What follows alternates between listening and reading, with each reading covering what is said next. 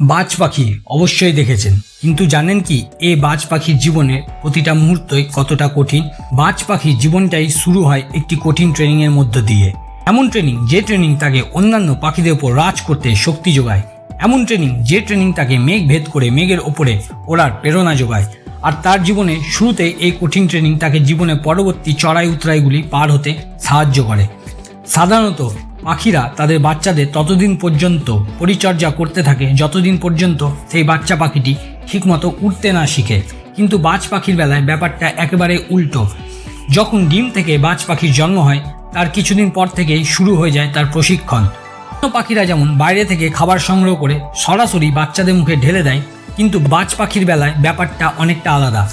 বাজ পাখির বাবা মা খাবার সংগ্রহ করে নিয়ে আসে ঠিকই, কিন্তু খাবারগুলি সরাসরি বাচ্চাদের মুখে ঢেলে দেয় না। বাচ্চাকে মুখে খাবার দিয়ে জানিয়ে দেয় যে এগুলি খাবার। এরপর খাবারগুলি সেগুলি বাচ্চাটির দিকে কিছুটা দূরে রেখে দেয়। এটি যখন খিদের জ্বালায় অস্থির হয়ে পড়ে তখন সে খাবারের দিকে যাওয়ার চেষ্টা করে, কিন্তু ব্যর্থ হয়, কারণ তার পা এখনও ঠিক হয়নি। কিন্তু খিদের জ্বালা বড় জ্বালা, যেভাবে হোক তাকে খাবার খেতেই হবে।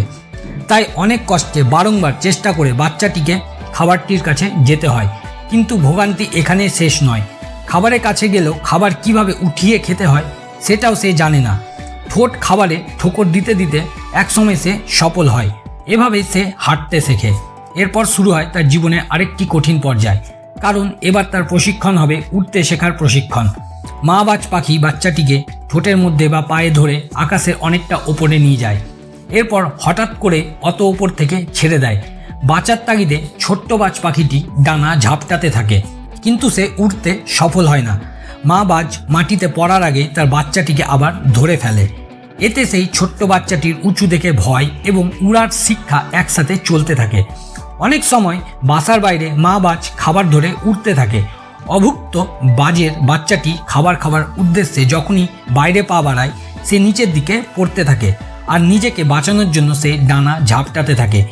এই প্রশিক্ষণের সময় সে অনেক চোট পায়, কিন্তু মা বাজ তাকে কিছুতেই ছাড়বে না। এভাবে একদিন সে উঠতে শিখে যায়। উঁচু দেখে ভয় পায় না, সে নিজের লক্ষ্যবস্তুতে অটুট থাকে। আর ছোট থেকে এই কঠিন প্রশিক্ষণের জন্যই বাজ পাখি তার থেকেও বড় বড় প্রাণীদের আক্রমণ করার সাহস অর্জন করে। জীবনের চাকা যত ঘুরতে থাকে, শরীরের পাখা যখন আর ঠিকমতো বাতাসের প্রবাহকে বাগে আনতে পারে না, ঠোঁট যখন আর আগের মতো ধারালো থাকে না, পায়ের নখ যখন বড় হয়ে যায়, খাবার যখন আর সহজে সেগুলির দ্বারা ধরা যায় না, তখন শুরু হয় আর এক নতুন সংগ্রাম। কিন্তু তখন বাজ পাখির বয়স মাত্র 40 বছর, অপরদিকে তার আয়ু 70 বছর পর্যন্ত। এই সময় তাকে কঠিন সিদ্ধান্ত নিতে হয় যে সে কিছুদিন কষ্ট করবে নাকি এভাবে থেকে অকালে মারা যাবে। এই সময় তার কাছে 3টি পথ খুলে যায়। সে আত্মহত্যা করবে, নাকি শকুনের মতো মরা পচা জন্তু খাবে, নাকি নিজেকে আবার এক নতুন জীবন দান করবে। সে বিজ্ঞের মতো বেছে নেয় শেষের রাস্তাটি। এবার সে একটি উঁচু পাহাড়ে গিয়ে বা উঁচু জায়গায় গিয়ে আস্থানা জমায়। ঠোঁট দিয়ে ধীরে ধীরে উপড়ে ফেলে দেয় শরীরের সব পালক। কি ভাবছেন বেদনা? যার জীবনটাই শুরু হয়েছে সংঘর্ষ দিয়ে, তার কাছে এগুলি কিছুই নয়। এরপর সে তার ভোঁতা ঠোঁটকে পাথরে আঘাত করে ভেঙে ফেলে। রক্তাক্ত হয়ে যায় সে, কিন্তু সে জানে টিকে থাকতে গেলে এই কষ্টগুলি তাকে পেতেই হবে। এরপর দীর্ঘ প্রতীক্ষার পর ধীরে ধীরে তার শরীরে নতুন পালক আসে, নতুন ধারালো ঠোঁটের উদয় হয়। শুরু হয় আরেক নতুন জীবন। প্রায় 150 দিনের প্রতীক্ষার অবসানের পর শুরু হয় তার নতুন জীবন।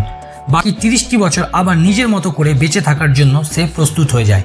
তাই আপনার জীবনে যদি অনেক সংঘর্ষ আসে, ভেবে বসে থাকবেন না যে আপনার ভাগ্য খারাপ, বরং পরিস্থিতি এবং সংঘর্ষ আপনাকে প্রশিক্ষণ দিচ্ছে যাতে আপনি আরও সহনশীল হতে পারেন, যাতে একটুতে ভেঙে না পড়েন, যাতে নিজের সংকল্প মজবুত রাখতে পারেন, যাতে নিজের লক্ষ্যে অবিচল থাকতে পারেন। বাজ পাখি কখনোই দল বেঁধে থাকে না। তাই জীবনে কিছু করতে হলে দল বলের মায়া ছেড়ে নিজের আস্থানা নিজেকেই গড়তে হবে। কারণ আপনি যেদিন সফল হবেন সেদিন আপনাকে দেখে হাসাহাসি করা আপনার বন্ধুটিও আপনার সাথে সেলফি তোলার জন্য প্রতীক্ষায় থাকবে। ধন্যবাদ।